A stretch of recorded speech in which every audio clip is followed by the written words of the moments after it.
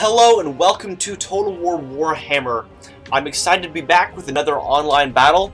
I've spent most of my time in terms of Warhammer time modding, but since the channel is getting quite bigger than I expected, I feel obligated in some part to make videos for all of you guys. So here's the second battle against Baldy the Walrus. As I said before, he does like Bretonnia, probably fights them against pretty much everything. And so I brought the Vampire Counts, which I consider to be a stronger faction, and also has some tools to deal with the low morale peasants of Bretonnia. So my strategy in terms of my army pick was bring a bunch of Tarpet units, or just units to slow down his high tier cavalry, and just send in the big boys with these Grave Guard just to mop up the rest of his infantry.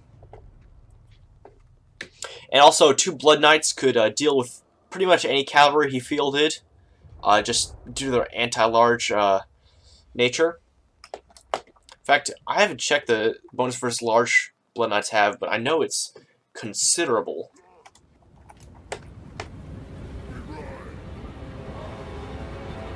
Yeah, 24, yeah, that's ridiculous. So they basically double the weapon strength whenever, well, they almost double the weapon strength when they're fighting anti-large or larger opponents. So my opponent has brought, Baldy the Walrus has brought somewhat similar armies last time. He's opted for 2 paladins this time, and a lord somewhere over here, with the healing potions, of course. The healing potion. That's all you need. You only need 1 anymore because they've taken down the ridiculous nature of them.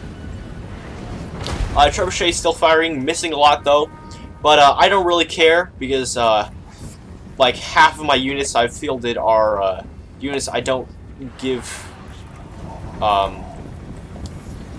any respect to. They can go ahead and die. But in terms of the rest of my army, the Grave Guard are really going to do the damage against the Bretonnians, I think, because they have the shields to block the arrows, the armor to block the arrows, and they're not even made against to fight infantry, or they're not supposed to fight high armor infantry.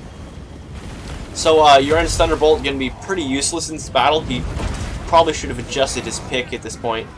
One of those trebuchet shots is going to stray and hit these Blood Knights. Take quite a few of them out, actually. So I have sent my Cripples a little too far forward.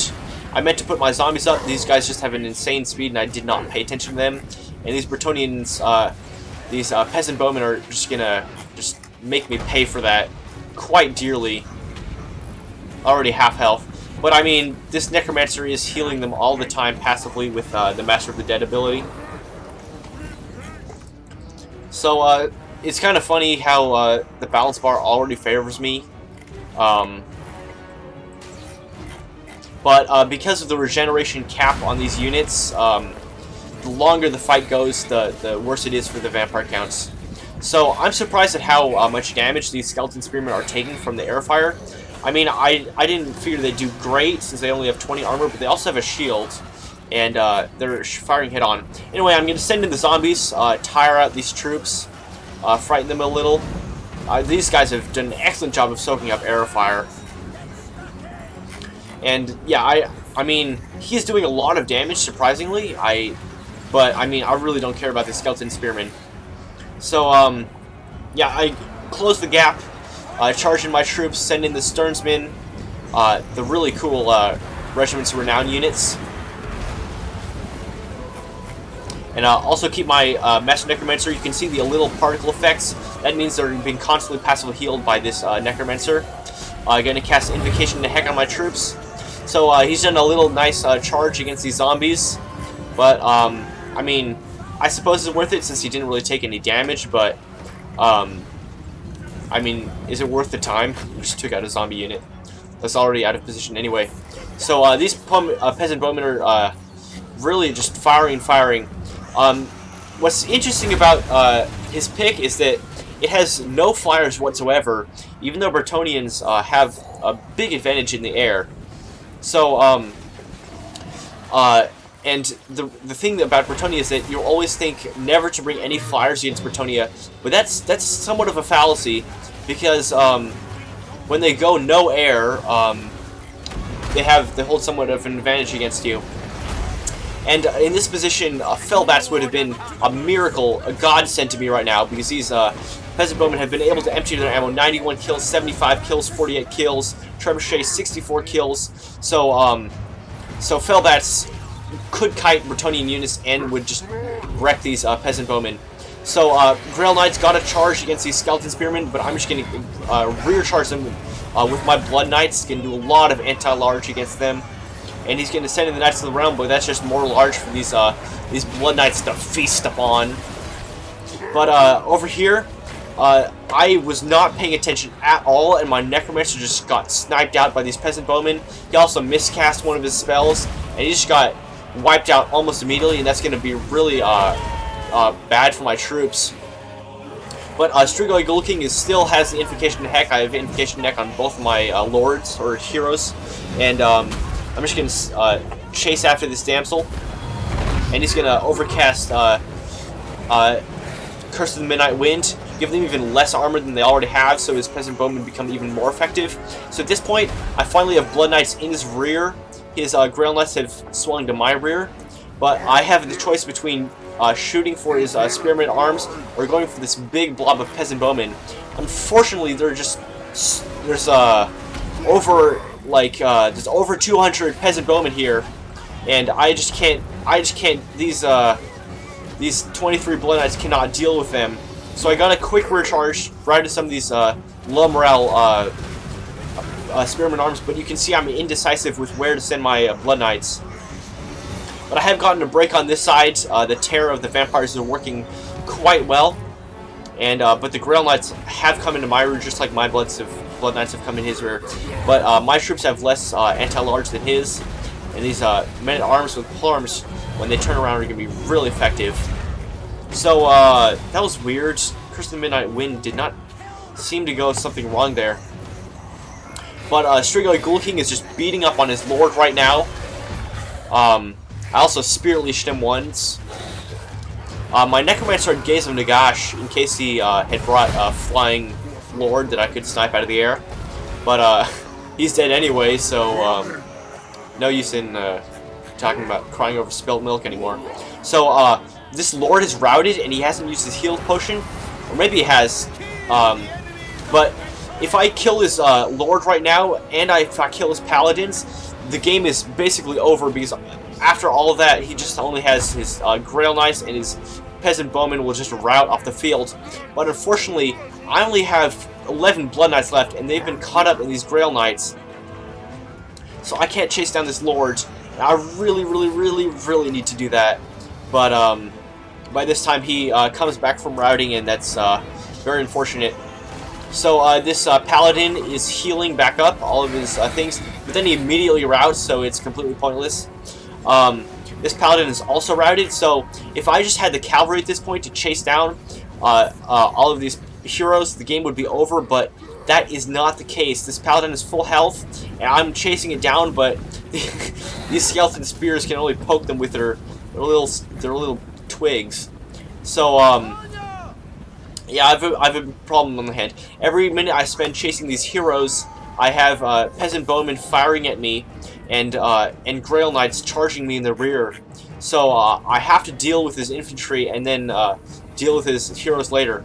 But now these Peasant Bowmen are going to come into the late game with extremely effectively, because all of my my zombies and my Skeleton Spear, for the most part, have disintegrated into the dust, and now these Peasant Bombers are going to get the shots into the Graveguard and the Crypt Ghouls without having to fight zombies first.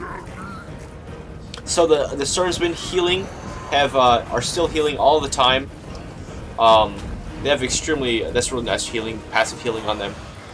But Grail Knight's going to get a really good charge against these Graveguard, devastating those Flaming Lances of Justice, really not doing I really do not like them right now.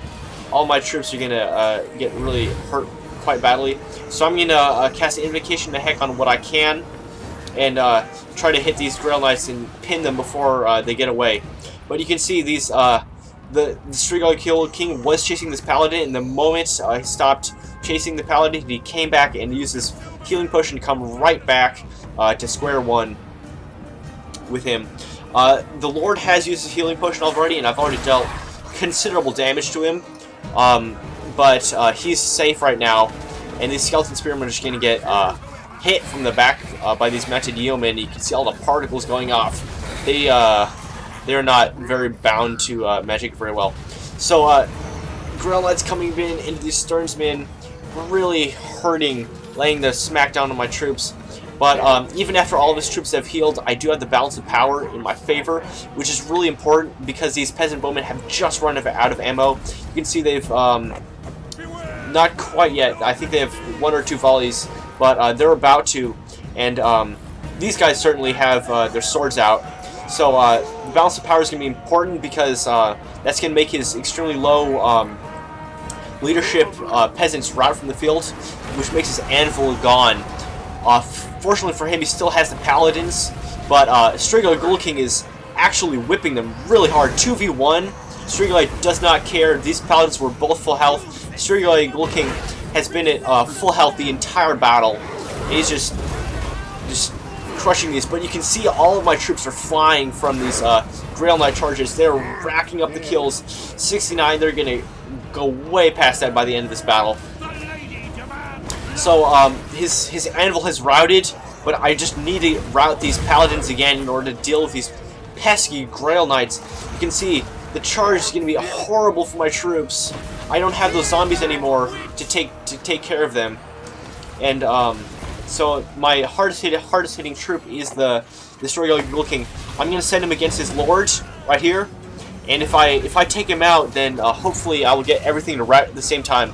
Because right now they're routing piecemeal. I really don't want that. But unfortunately, his lord routes just as I say I don't want him to rout. And if I were just able to kill this coward where he stood in his boots, I'd be able to rout the rest of his troops. But it's fine. I can deal with these paladins at the same time. They're losing the combat really decisively there. But the Grail Knights are beating up my Sternsmen in the Graveguard, which I really need in order to protect and shield the Strigoi Ghoul King. And the stupid Lord is come back from routing. And you can see the pincer movement from these Grail Knights. Not one Graveguard is standing right now, and they're just gonna they're not gonna last forever. And the regeneration on some of them has gone away, and they're just going to disintegrate all at the same time. So now I just have Strigoi Ghoul King, but he has been doing an excellent job against these Paladins, and now he has to deal with a single character model, and the charges are not going to be as devastating, and his peasant bowmen are not that effective. Unfortunately, at this point, the balance of power has shifted away from me, so what advantage I had before is going to be lost. I could probably be able to clutch out these Paladins. Unfortunately, I've already used up all of my healing. I plan to use my last Invocation to heck on these Sternsmen, but they died just before I got enough mana to do so. But the army loss is going to kick in, and my Strigoi Ghoul King is going to bite the dust. So, Bretonnia and the Grail Knights save the day here, and just because of how many troops I've brought to the battlefield, the inflation of kills is insane. 130 kills on the Trebuchet, 126, 98, 89. Excellent performance from the Peasant Bowmen. I mean, yes, they were fighting zombies, but they took care of them extremely quickly, and that was what they needed to then send their rear charges against these Graveguard. 136 with the Grail Knights, absolutely ridiculous, and 113. These guys were the real MVPs of that battle. Just trampled my Graveguard into submission. My Blood Knights did very good damage, both ranking up. but it just wasn't enough. Both cavalry were pivotal in this battle, just racking up insane amounts of kills since they weren't really fighting each other. I really needed these Blood Knights to fight his cavalry, and then send some Crypt Ghouls or Skeleton Spearmen around to deal with these Peasant Bowmen. Did not really do a good enough job of flanking, because I mean the tempting things with the Vampire Counts just blob up, use Invocation to heck. Necromancer just got sniped out from these Peasant Bowmen. Really good use. I mean, yet another good job of these Peasant Bowmen. So, yeah, I had nothing to deal with these Peasant Bowmen. Just 3 of them. They're only 1,200 gold, but just took out so many troops. And then these Grail Knights totally paying for themselves and over. You don't see these troops paying off, but when they're left uncontested, they can just absolutely wreck your entire army, just like they did in this battle, which they should. They're very good, revered cavalry. So, very good game against Bali the Walrus. Tactical and interesting fight there. So, I'll see you next time.